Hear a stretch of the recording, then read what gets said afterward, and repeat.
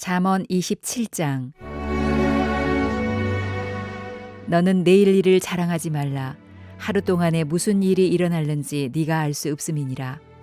타인이 너를 칭찬하게 하고 네 입으로는 하지 말며 외인이 너를 칭찬하게 하고 네 입술로는 하지 말지니라. 돌은 무겁고 모래도 가볍지 아니하거니와 미련한 자의 분노는 이 둘보다 무거우니라.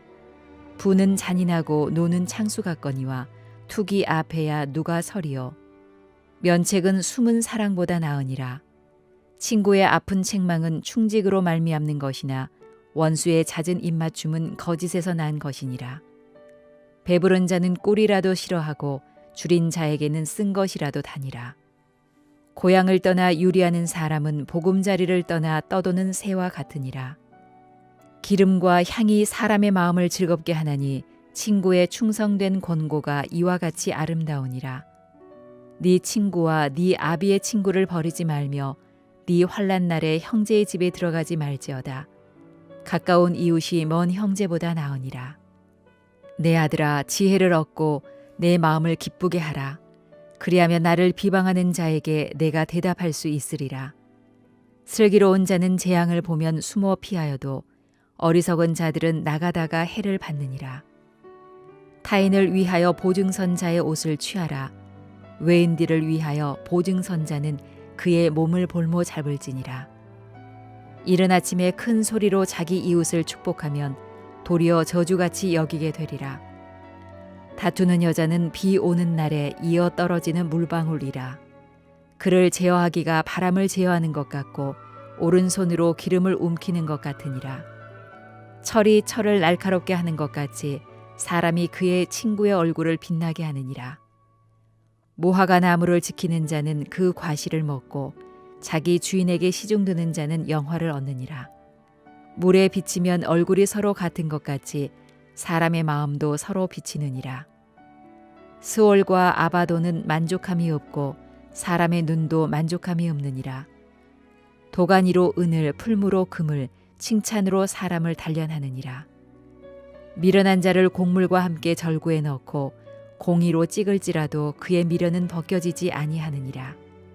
네 양떼의 형편을 부지런히 살피며 네 소떼에게 마음을 두라. 대저 재물은 영원히 잊지 못하나니 면류관이 어찌 대대에 있으랴. 풀을 벤 후에는 새로 우음이 돋나니 산에서 꼴을 거둘 것이니라. 어린 양의 털은 네 옷이 되며 염소는 밭을 사는 값이 되며 염소의 젖은 넉넉하여 너와 네 집의 음식이 되며 네 여종의 먹을 것이 되느니라. 자랑이라는 제목으로 함께 말씀을 나누고자 합니다. 오늘 본문을 보면 자랑해야 할 것을 자랑하고 자랑하지 말아야 할 것을 자랑하지 않는 것, 이것이 지혜이다, 이렇게 말씀하고 있습니다. 그렇다면 무엇을 자랑하고 무엇을 자랑하지 말아야 하는가? 오늘 1절을 보면 내일 일을 자랑하지 마라, 이렇게 말씀하고 있습니다.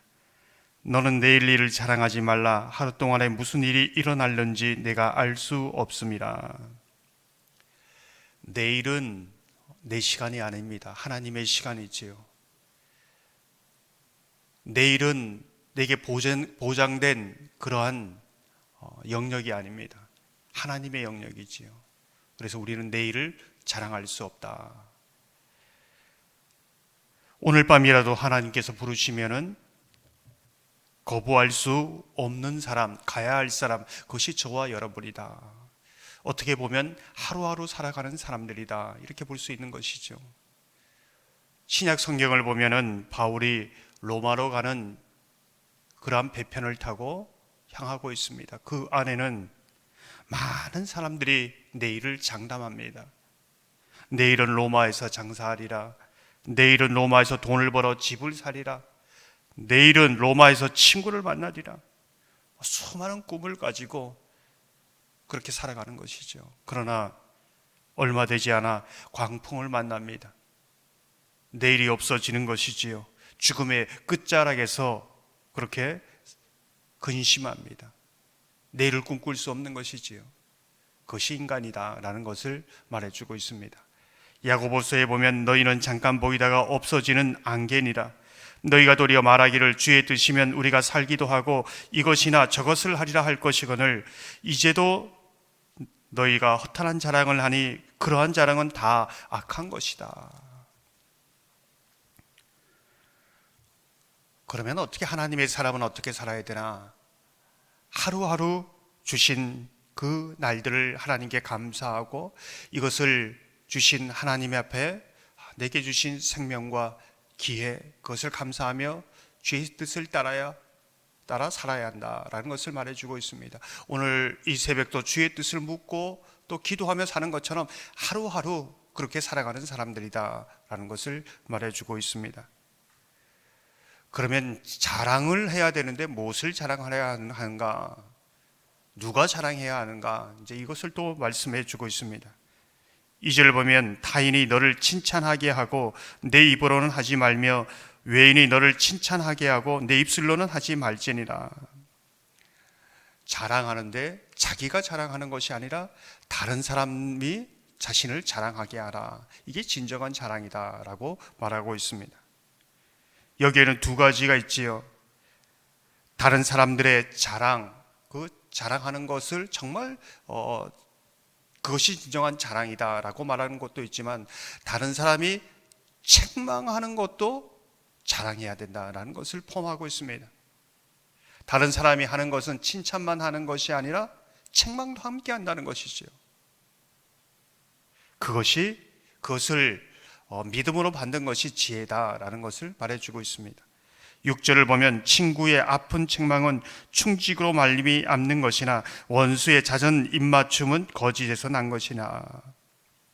가장 친한 친구, 가장 가까운 사람, 아비의 친구, 가까운 이웃의 진심 어린 책망에 잘 기울이고 그것을 좋은 것으로 받아들이면 유익이 된다. 그것이 살아가는 지혜가 된다. 이렇게 말씀하고 있는 것입니다. 17절 보면 철이 철을 날카롭게 하는 것 같이 사람이 그의 친구의 얼굴을 빛나게 하느니라. 무슨 말이니까? 철이 철을 날카롭게 하면 불꽃이 튀는 것이지요. 철이 철을 부딪히면 굉장히 소리도 납니다. 그러나 이 모든 것을 통하여 서로가 날카롭게 되고 성장하고 자신의 아름다운 고유의 모습으로 세워져 가는 그러한 부분입니다. 요즘 사무엘서를 묵상하면서 하나님께서 요나단을 보내십니다. 참 인생의 요나단을 만난다는 것은 복된 일이지요. 근데 하나님께서는 요나단만 보내는 것이 아니라 사울도 보냅니다. 사울 때문에 쫓겨다니고 도피하고 도망하고 광야를 생활을 해야 됩니다. 그러나 깊은 영성의 삶, 수많은 시편의 아름다운 그 찬양은 어디서 나오는가? 그 광야의 삶에서 나오는 것이지요. 하나님께서 요나단을 보내서 감사하기도 하지만 사울 때문에 근심하고 염려하는 그 부분 속에서 더 하나님과 가까워진다라는 것을 말해주고 있습니다. 21절을 보면 이렇게 말씀합니다. 도가니로 은을, 풀무로 금을, 칭찬으로 사람을 단련하느니라. 다른 사람들이 주의해야 되는 것은 다른 사람이 칭찬할 때 모든 사람들은 어깨가 으쓱합니다. 정말 그 사람이 어떤 사람인지 알기 위해서는 많은 사람들이 막 칭찬할 때 그 사람이 어떻게 하는가, 정말 겸손한가, 이제 그것을 하나님께서는 시험한다라고 말씀하고 있습니다. 어떤 시험보다 혹독한 것은 고난이지요, 어려움입니다. 큰 장애물입니다. 그러나 가장 강력한 시험은 다른 사람들이 칭찬할 때 내가 정말 하나님의 능하신 손에서 겸손할 수 있는가, 이제 이 부분이지요. 많은 사람들에게는 다 하나님이 하셨지요. 제가 부족한 제가 하는 게 있는가요? 그런데 마음속으로 그래도 내가 열심히 해서 그렇지, 그래도 내가 이만큼 했으니까 이 정도지, 그 중심을 하나님 불꽃 같은 눈으로 보신다는 겁니다.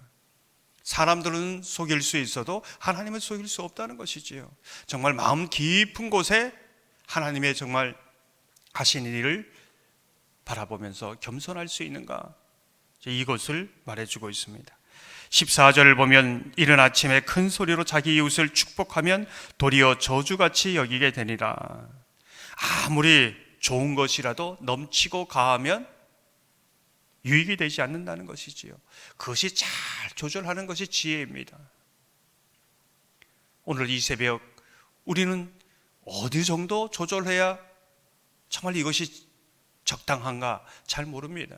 그래서 기도하면서 성령께서 그것을 맞추어 주는 것이지요. 지혜를 주시는 겁니다. 그래서 조절하는 사람, 정말 성령의 컨트롤 안에 거하는 사람으로 하루하루 살아가는 겁니다. 사랑하는 성도 여러분, 저와 여러분이 하나님을 자랑하고 하나님께서 오늘 주신 지혜로 승리하며 감사하며 살아가는 저와 여러분 되기를 주님의 이름으로 축원합니다. 이 시간 말씀을 생각하며